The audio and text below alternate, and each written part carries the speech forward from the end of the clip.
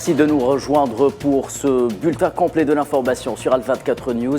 Sans plus tarder, voici les titres de l'actualité. Les exactions sionistes à Gaza s'intensifient de jour en jour depuis la fin de la trêve. Plusieurs dizaines de martyrs sont tombés ce mardi dans les zones sud et nord, portant le nombre total de victimes depuis le 7 octobre dernier à plus de 16 248 martyrs.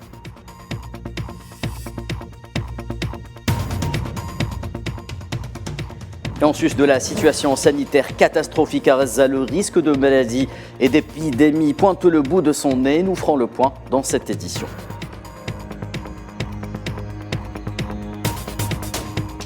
Et puis en Algérie, top départ de la deuxième édition de l'Algérie African Startup à Alger.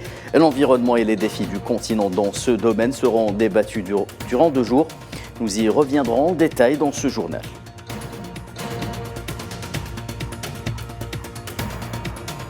Et en Mauritanie, le verdict est tombé. L'ex-président Ould Abdelaziz condamné à 5 ans de prison ferme pour enrichissement personnel.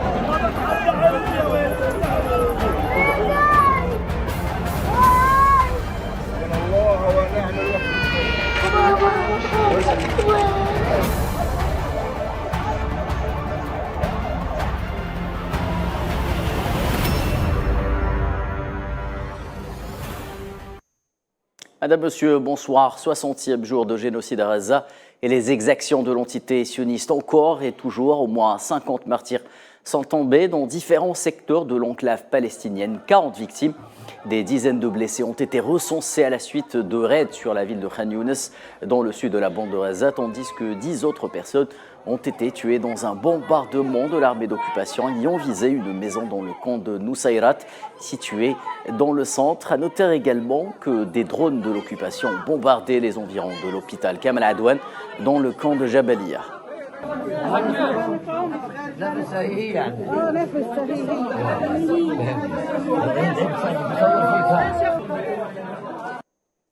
Et au moins 43 victimes ont été transportées dès la matinée de ce mardi à l'hôpital Nasser à Khan Younes, un hôpital qui, à l'image des autres structures de santé de Gaza, a largement dépassé le stade de la saturation et n'en peut plus de faire face à l'afflux incessant de blessés, de d'époux et des martyrs palestiniens.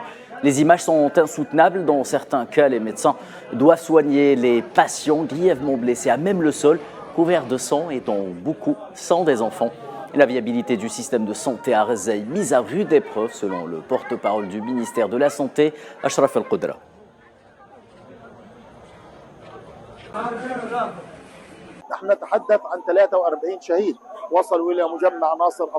Nous parlons de 43 martyrs arrivés à l'hôpital Nasser. Ce sont ceux que les gens et les ambulanciers ont pu découvrir dans différents endroits. Des dizaines de personnes sont encore sous les décombres et dans les rues et les secours ne peuvent pas les atteindre. La situation sanitaire dans les hôpitaux de la bande est catastrophique. Il n'y a pas de service de santé dans le nord de l'enclave en raison de l'énorme pression des blessés dans les hôpitaux qui sont tellement petits et qui sont à leur tour devenus des cibles depuis hier et jusqu'à présent. L'occupation israélienne veut mettre les hôpitaux de l'enclave hors service afin de forcer les citoyens à fuir vers le sud de la bande.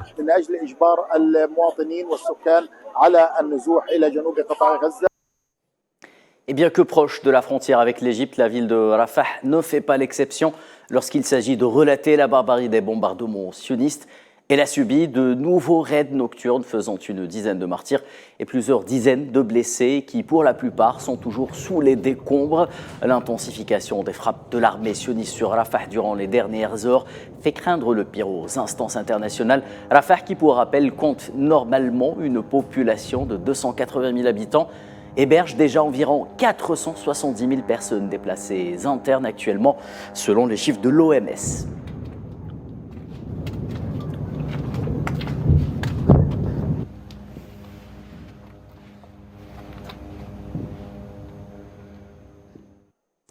Retour à Khan Younes où les établissements d'éducation ne sont pas non plus épargnés par les bombardements sionistes, d'autant plus que presque toutes les écoles servent à héberger les Palestiniens sans-abri et les déplacés internes, et en particulier les femmes et les enfants. L'exemple notamment avec l'école Ma'an à l'est de Khan Younes, qui, comme le montrent ces images, a été bombardée ce matin par l'armée sioniste, faisant plusieurs morts et blessés.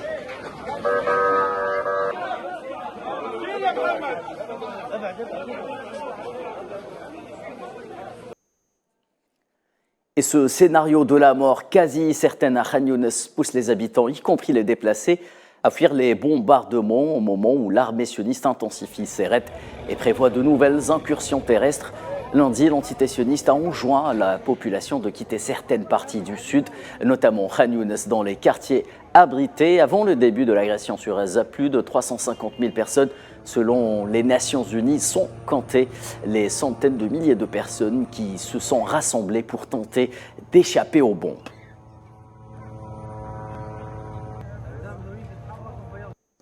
Et toujours selon les Nations Unies, le nombre de personnes déplacées à Gaza depuis le 7 octobre dernier se compte désormais en millions. 1,9 million de Gazaouis déplacés plus exactement, soit plus de 80% de la population de l'enclave de Gaza. Un chiffre effarant avancé par l'Office de secours et des travaux des Nations Unies pour les réfugiés de la Palestine. L'organisation onusienne a par ailleurs précisé que le bilan des morts parmi ses employés tués lors des frappes de l'armée d'occupation s'élève à 111.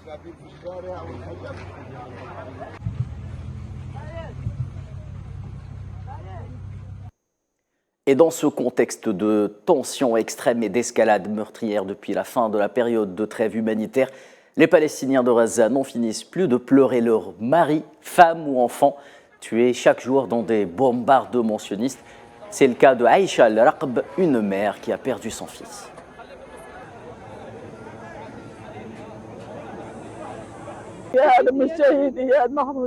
Nous étions dans une école, un endroit sûr. Ils nous ont lancé la première roquette. Les gens ont été déchiquetés. Pour certains, ils ont perdu les oreilles, la bouche, les mains. Ils les ont transformés en morceaux.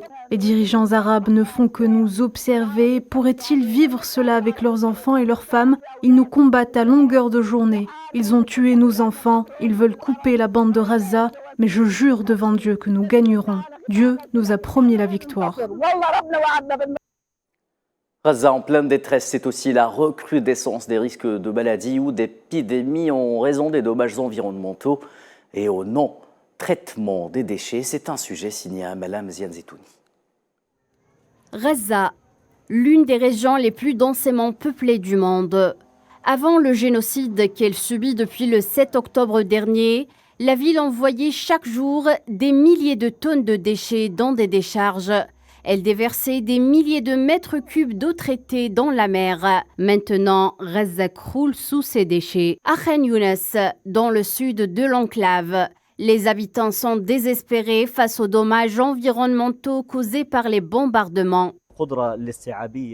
La zone a une capacité très limitée de stockage des déchets. Et ce n'est pas un lieu adéquat pour stocker. Cela a un impact important sur l'environnement. Pire encore, les déchets stockés ici sont proches d'une source d'eau souterraine et contaminent donc le sous-sol. En raison de la reprise des frappes sionistes, de grandes quantités d'ordures et d'eau usée ne peuvent pas être évacuées correctement. En plus de menacer la sécurité des habitants, l'environnement local est également ravagé. Cette zone était autrefois un parc, un très bel endroit. L'eau était très claire. Depuis que l'agression a été lancée, la situation a complètement changé. L'eau est devenue très sale et de nombreux arbres qui s'y trouvaient ont disparu. Mohamed, un résident qui a grandi près du même parc, voyait les gens de la région très réticents à abattre des arbres dans les environs. Mais la grave crise du carburant ne leur laissait pas le choix. Bien sûr, nous ne devrions pas abattre ces arbres. Mais depuis l'agression, les arbres ici ont été abattus, un à un, parce que nous n'avons rien pour faire du feu. L'essence, l'électricité et même le bois de chauffage prêt à l'emploi ne sont pas disponibles sur le marché. Nous savons que brûler du bois de chauffage fait à partir d'arbres est mauvais pour l'environnement. Mais il ne reste plus rien, nous n'avons pas d'autre choix. Maintenant, une épaisse fumée se lève de chaque maison parce que les gens utilisent tous des arbres coupés pour faire du feu. Étant contraints de boire de l'eau insalubre et de respirer des gaz nocifs, les cas de diarrhée et de maladies respiratoires ne font qu'augmenter. Les personnes âgées ici aussi ont beaucoup souffert de ces eaux usées et de ces mauvaises odeurs. En plus, les moustiques causent de nombreuses maladies à notre peuple. Alors s'il vous plaît, arrêtez cette guerre le plus vite possible. Une catastrophe environnementale qui fait de la région un endroit parfaitement adéquat pour de nombreuses maladies infectieuses, à l'heure où le système sanitaire à Gaza est très précaire. Et James Elder, porte-parole de l'UNICEF, a déclaré que les zones de Gaza conçues par l'entité sioniste étaient loin de répondre aux exigences de base, avertissant que l'absence d'installations sanitaires et d'abris y avait créé un terreau fertile pour une épidémie. Nous avons donc la tempête parfaite pour une épidémie. N'oublions pas bien sûr que dans le cas précis de Gaza, Israël est la puissance occupante. Ce sont eux qui doivent fournir de la nourriture, de l'eau, des médicaments. Donc étant donné que nous parlons en ce moment de centaines de milliers de personnes se déplacent quelque part à cause des bombardements, 200 par jour, il y a des bombardements aériens au moment où nous parlons. La seule façon possible de créer des espaces à Gaza qui soient vraiment sûrs, qui protègent la vie humaine, c'est que l'enfer cesse de pleuvoir du ciel. Les Nations Unies, qui se disent alarmées par la reprise de l'agression sioniste contre Gaza, appellent une nouvelle fois au cessez-le-feu. Il s'agit là du principal appel lancé par le secrétaire général de l'ONU, Antonio Guterres. Le patron des Nations Unies, par la voix de son porte-parole, réitère par ailleurs la nécessité d'un flux d'aide humanitaire continu et sans entrave pour répondre aux besoins de la population dans toute la bande de Gaza.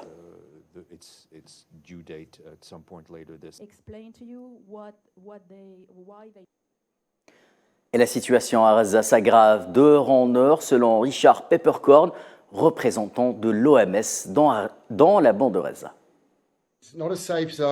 Je pense que nous sommes proches de cette heure qui sera la plus sombre de l'humanité et c'est le message, je pense, de l'OMS, de l'ONU en général. Ces bombardements et je dirais que ces pertes de vie insensées doivent cesser maintenant. Nous avons besoin d'un cessez-le-feu durable. Je veux dire quelque chose sur ce qui est peut-être notre plus grande préoccupation, à savoir la vulnérabilité. Et je l'examine du point de vue de la santé. La vulnérabilité des infrastructures de santé, les infrastructures sanitaires à Gaza où le système de santé est complètement paralysé. La compagnie palestinienne des télécommunications Paltel a annoncé lundi soir que tous les services de télécommunications de la bande de Gaza étaient à l'arrêt, et ce en raison d'une coupure des principaux réseaux de fibres du côté sioniste. Les télécommunications qui ont déjà été coupées, rappelons-le, 2 fois dans la bande de Gaza. La première fois le 27 octobre dernier, lorsque l'armée sioniste avait lancé ses opérations au sol dans le nord du territoire. La seconde, le 16 novembre, par manque de carburant pour alimenter les générateurs de la compagnie.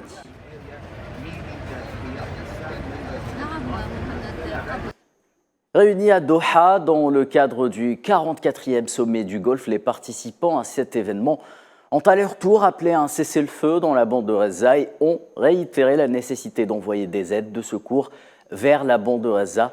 Dans son allocution, l'émir de l'État du Qatar, Cheikh Tamim Ben Hamad Al Thani, a déclaré qu'il était honteux pour la communauté internationale de permettre que des crimes odieux se poursuivent à Gaza. لتحقيق الحل العادل للقضية الفلسطينية العودة إلى التضليل والخداع نحن ندعو مجلس الأمن ولا سيما أعضائه الدائمين. Nous appelons le Conseil de sécurité, en particulier ses membres permanents, à assumer leurs responsabilités juridiques et à œuvrer pour mettre fin à cette guerre barbare et forcer Israël à reprendre des négociations crédibles pour parvenir à une solution juste à la question palestinienne. Il est honteux pour la communauté internationale de permettre que ce crime odieux se poursuive pendant près de 2 mois, au cours desquels se poursuivent les massacres systématiques et délibérés des civils innocents et sans défense, notamment des femmes et des enfants. Funérailles dans le camp de Qalandi arabe, là où le jeune Youssef Manasra, âgé de 25 ans, est tombé en martyr lors d'un raid de l'armée d'occupation opéré tôt ce mardi dans le camp de réfugiés de Qalandia. Selon les témoins, les forces sionistes sont entrées dans le camp pour arrêter son frère Abdallah en faisant sauter la porte de la maison derrière laquelle se tenait Mohamed, le frère de Abdallah, le tuant sur le coup.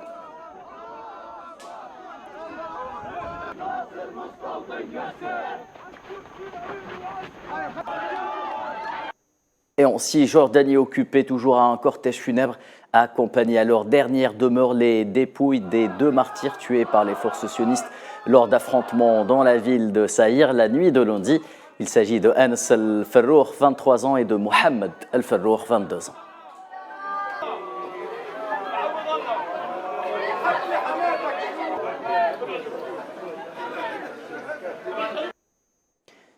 Jenin, prise d'assaut, elle aussi, par les forces de l'armée d'occupation sioniste cet après-midi. 3 citoyens palestiniens, y compris une dame, ont été grièvement blessés par balles. Plus de 40 véhicules militaires ont envahi la ville de Jenin et le camp de réfugiés.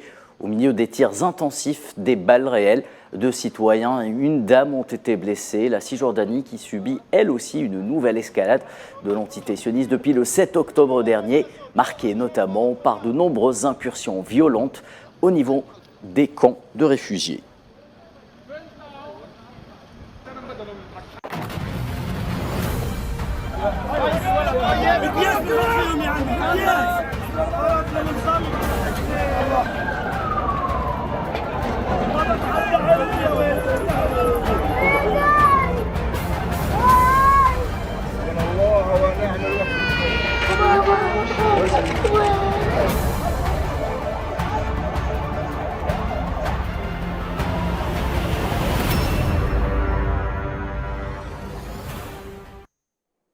Je vous en parlais tantôt en titre, top départ ce mardi pour la 2e conférence africaine des startups au Centre international des conférences à Alger.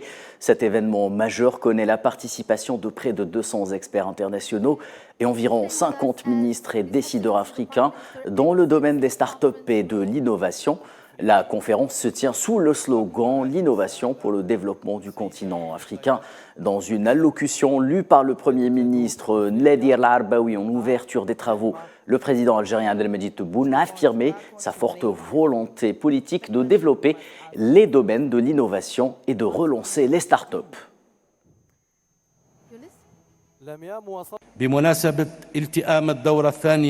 À l'occasion de la tenue de cette 2e session du Congrès continental, nous traduisons notre grande reconnaissance pour les résultats positifs de haute importance qui ont été le fruit du premier congrès qui a été célébré en Algérie, notamment concernant la mise en place de la feuille de route africaine des startups et l'adoption de la déclaration d'Alger pour le développement des startups en Afrique, qui ont obtenu le soutien du Conseil exécutif de l'Union africaine à l'occasion de sa 42e session, chose qui s'inscrit dans les objectifs de l'Union africaine pour la consécration de son agenda 2063.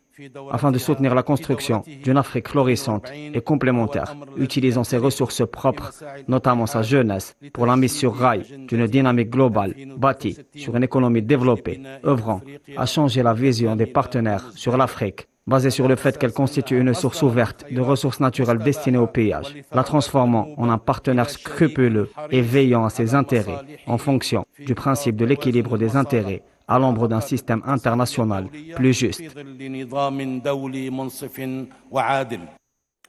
Le président Abdelmadjid Tebboune a également rappelé l'immensité des défis à relever afin de dynamiser les économies par la création de l'emploi, soulignant la nécessité de renforcer l'indépendance de la décision politique et économique via le soutien et le développement de l'innovation sur le continent africain.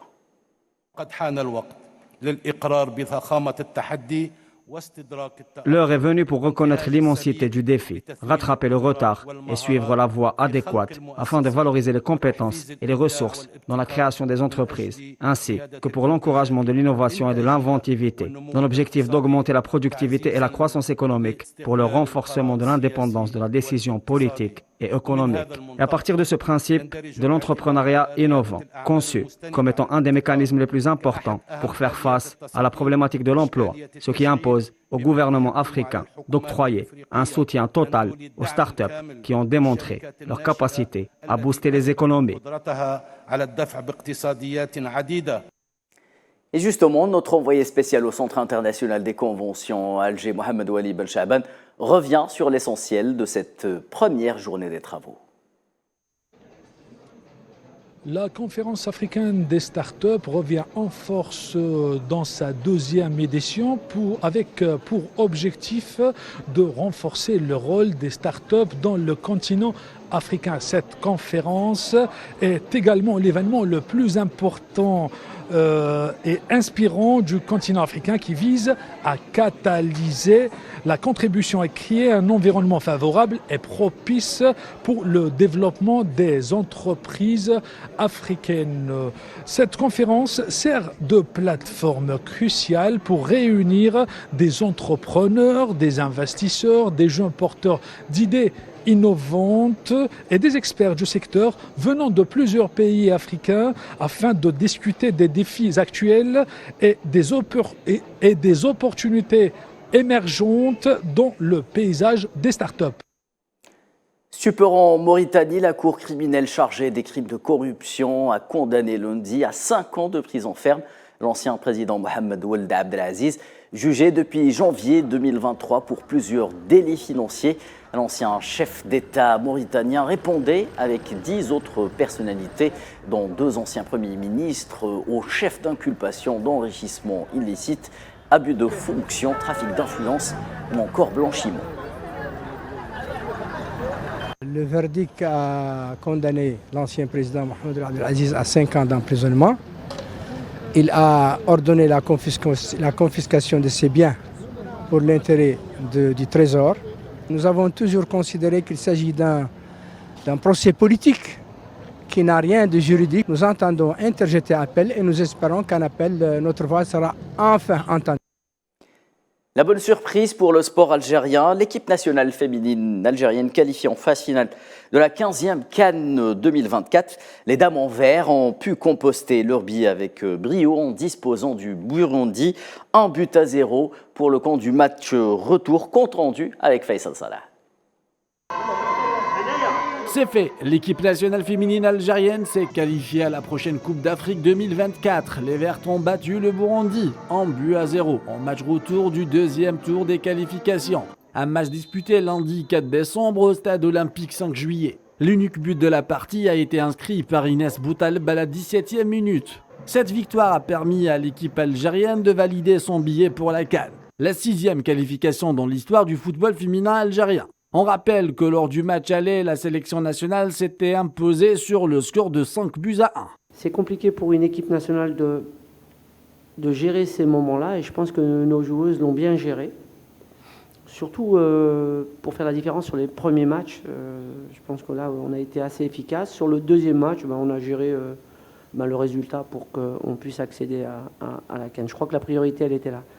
Après avoir manqué à la compétition continentale en 2022, la fédération a nommé en décembre de la même année Farid Benstiti à la barre technique des Vertes. Afin d'améliorer les résultats de la sélection féminine, Farid a bâti une nouvelle équipe avec beaucoup d'ambition. Comment améliorer notre équipe? Ça c'est important, parce qu'on peut se rendre compte que le Nigeria, les équipes qui vont être qualifiées, l'Afrique du Sud certainement, je ne sais pas quels sont les résultats, mais donc la Zambie. Donc voilà, moi ma réflexion elle est là, c'est comment faire en sorte que ces équipes-là, eh bien, lorsqu'on va les affronter, on va être capable certainement de les bousculer, et ça c'est important pour moi. Donc cette réflexion-là, elle va être jusqu'à la CAN. Voilà. Les coéquipières de Gauthier Karchouni ont l'objectif de réaliser une participation historique et passer la phase des groupes pour la première fois de l'histoire des Vertes. Je pense qu'il y a énormément de qualité technique et c'est un peu notre marque de fabrique. Alhamdulillah, on a beaucoup de talent. Maintenant, je pense qu'il faut continuer à former les jeunes joueuses, notamment tactiquement, à répéter les efforts et à faire une formation un peu comme les garçons, parce que c'est ce qui manque un peu, à développer encore plus le foot féminin dans les championnats et pour avoir une équipe nationale encore plus forte. Parce qu'avec la qualité qu'on a en Algérie, on se doit, à l'image des garçons, devenir l'une des références en Afrique. L'Algérie participera à la 15e édition qui accueillera 12 équipes réparties en 3 groupes de 4. Et pourquoi pas la victoire finale pour les femmes de l'équipe nationale algérienne de football. Sur cette information s'achève ce 19h. Merci de votre fidélité. Excellente suite des programmes sur Al24 News.